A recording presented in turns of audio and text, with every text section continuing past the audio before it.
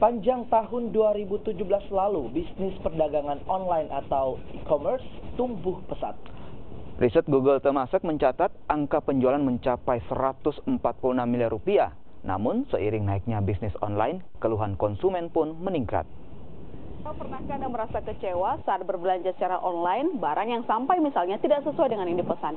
Anda bukan satu-satunya konsumen yang merasa kecewa.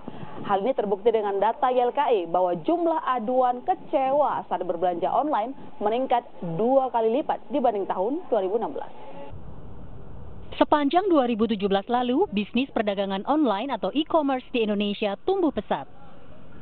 Riset Google Temasek mencatat, sepanjang 2017 lalu, penjualan online diprediksi bisa menyentuh hampir 11 miliar dolar Amerika Serikat atau setara 146 triliun rupiah.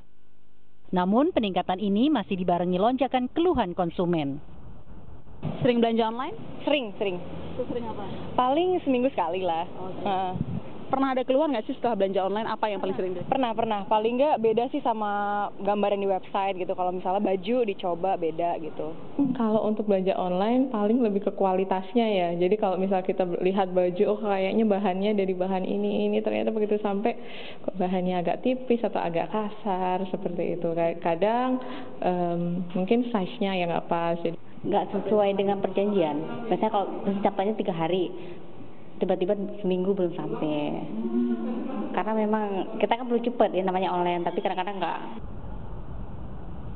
Dari sekian banyak keluhan, memang tidak semuanya dilaporkan. Namun dari 642 aduan konsumen yang dilayangkan ke Yayasan Lembaga Konsumen Indonesia atau YLKI, 101 aduan diantaranya berkaitan situs belanja online. Jumlah ini meningkat 2 kali lipat ketimbang setahun sebelumnya.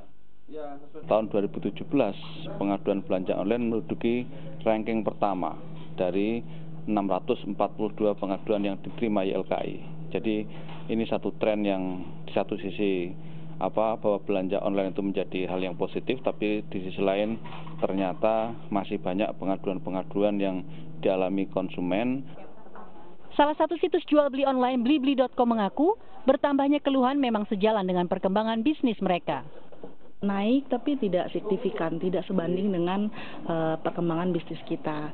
Karena kita juga melihat komplain itu bukan suatu yang hal negatif, malah kita melihat bahwa dengan adanya masukan dari suara konsumen itu membuat kita mengerti bisnis kita mau dibawa kemana gitu.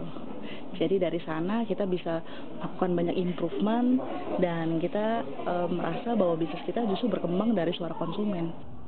Tumbuhnya bisnis belanja online memang menjadi keharusan di era revolusi ekonomi digital seperti sekarang ini.